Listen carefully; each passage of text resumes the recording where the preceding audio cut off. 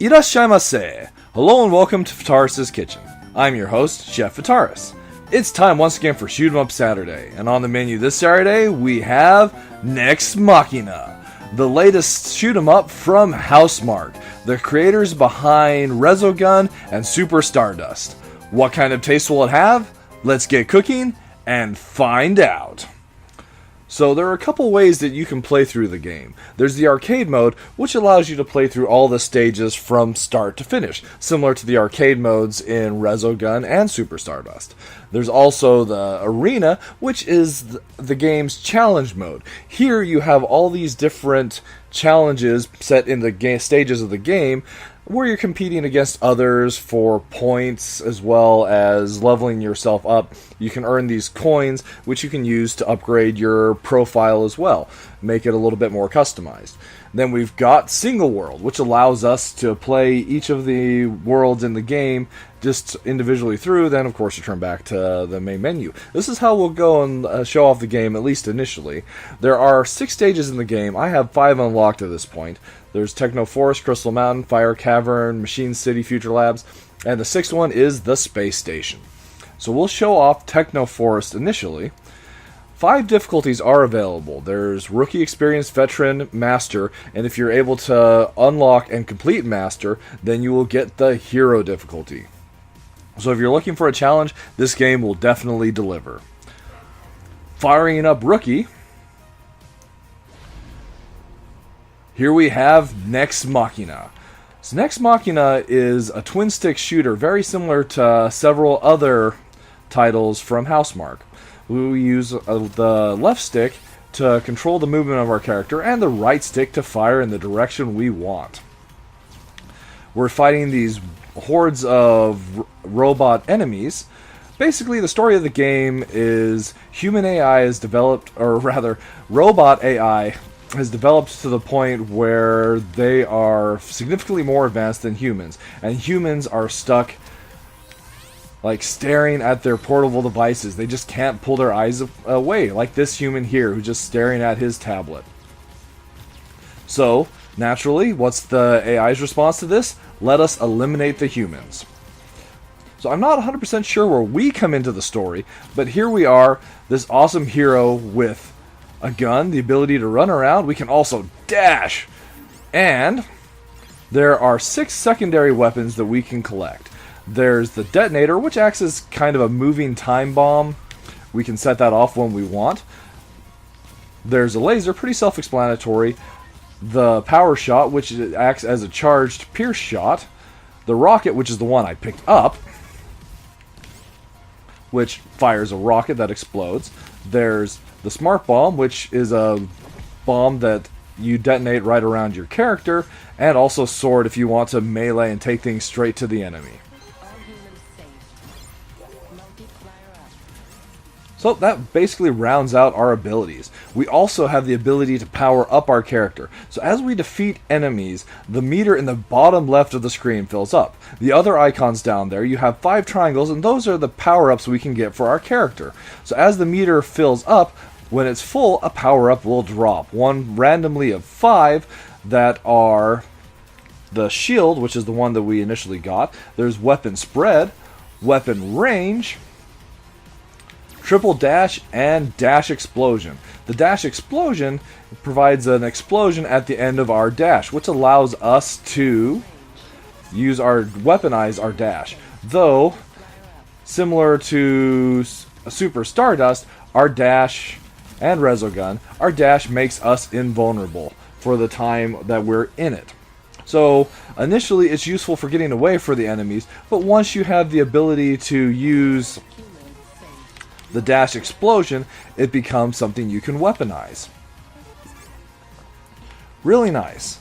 So throughout the course of the game, we're defeating these enemies in each of these levels, and as we complete a level, we move on to the next level in a really fashionable way, I have to say.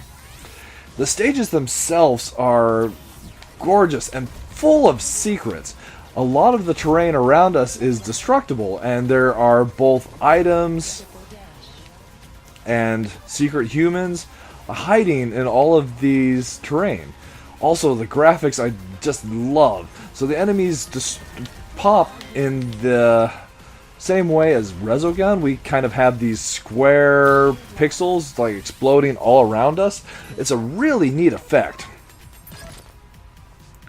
As I was mentioning, the game itself has tons of secrets hidden throughout the course of a stage. And unlocking those secrets is a lot of the fun. But we do have some challenge to that, in that as soon as we clear all the enemies in a stage, we move on. So that doesn't give us very long to actually explore. It's kind of tricky to kite the enemies around and survive, or have them survive long enough for us to explore some secrets. Like this one. Here we could change our power up if we wanted, and we'll go ahead and take the power shot. There's also several secret humans to save. There's beacons and disruptors to destroy. And there's also these visitors, similar to the visitors in the Resogun series, that follow these lines that we have to destroy. So this is the way the power shot works. We charge it up and bam, it pierces through waves of enemies. So scoring, there are a couple different multipliers that are at work in Nex Machina. We've got our main score multiplier, which is the circle directly below our score on the top right. And then there's also a human combo. So the human combo is the one that's a little more nebulous to explain. So as we pick up humans, the human combo goes up. But that one will degrade over time. So if we want to keep our human combo multiplier up, it requires a certain amount of timing for when you save the humans around you. The normal score multiplier, though, is a little more straightforward. Unlike Resogun, more similar to the score multiplier in Super Stardust, it just continues to climb, and it doesn't fall unless we happen to lose lives. The lives are represented by the helmets in the top left of the display. So something to watch for. So as we collect the power-ups that I mentioned below powering up our character, if you collect all 5 power-ups, you are at like max weapon power. And that powers up your weapon even further. So you have a further weapon range, you've got a greater weapon spread. It's definitely a very desirable place to be. So here we're actually in a secret stage. As I mentioned, the game is chock full of secrets. There's also these little arcade machines that are hidden throughout the course of the stages. And if you shoot them enough times, or shoot them with a special weapon just to get it taken care of quickly, you'll get yourself teleported to a special stage after you complete the stage you're currently on.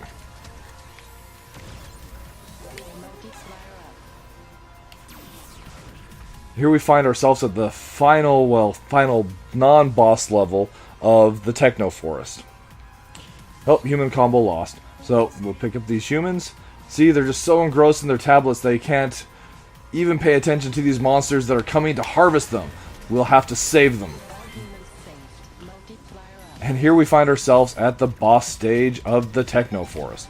So before the boss makes his appearance, though, we still have waves of enemies and humans to save. Save all the humans, defeat all the enemies, and our boss will make his appearance.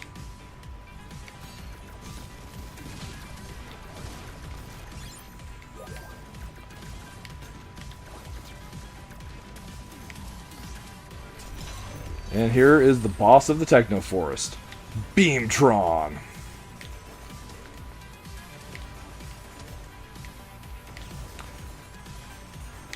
Against the bosses, we can definitely make very liberal use of our dash to avoid taking damage. Since Beamtron here's main attack is, of course, a beam, dashing back and forth through it renders him very ineffective against us.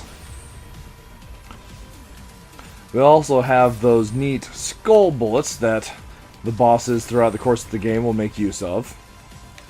Just a little bit more, and that's it for Beamtron. Alright, so that's basically, in a nutshell, Nex Machina. After you complete this stage, you can get your status report for everything that you completed. Now, as you can see, there's a lot of secret objectives and various objectives you can do throughout the course of the game itself. And bam, total score. Once all is said and done, that will put us back to the menu. And we can look at some of the other stages. My favorite level that I've played, or stage that I've played, world, however you want to look at it, that I've played in so far, is Machine City. So we'll have a look at that one while I kind of wrap up my thoughts. So Nex Machina feels like a really nice blend between Resogun and Super Stardust. You've got that twin stick action, but you also have the objective of saving the humans. But it's a lot more fast paced. It was actually a collaborate, or rather, Nex Machina is a collaboration. I was going to say past tense, but I'm actually playing it right now, so past tense doesn't make a whole lot of sense. It was a collaboration between Eugene Jarvis, who happened to be the creator of Robotron, and the other one, Smash TV. So some of the classic twin stick shooters from the retro era, and Housemarque. So not only do you have Housemarque, who I feel is the master of the twin stick shooter in modern times, but you had them working with a designer, a video game creator, who is responsible for some of the classic twin stick shooters. And you get a game that in so many ways is just beautiful. There's my first death there, so I'll take a quick moment to explain how things work when you die. So when you're in a level, it'll reset the level to the point where you entered it. And I'm not sure if it's so much the last one that you picked up, or if it's just a random one, but you'll drop one of your power-ups that you've acquired. So you can, if you're quick enough and don't die again, pick up that power-up so the penalties for death aren't extreme, but they are there. And of course there's a limited number of lives, so die too many times and you'll have to use a continue.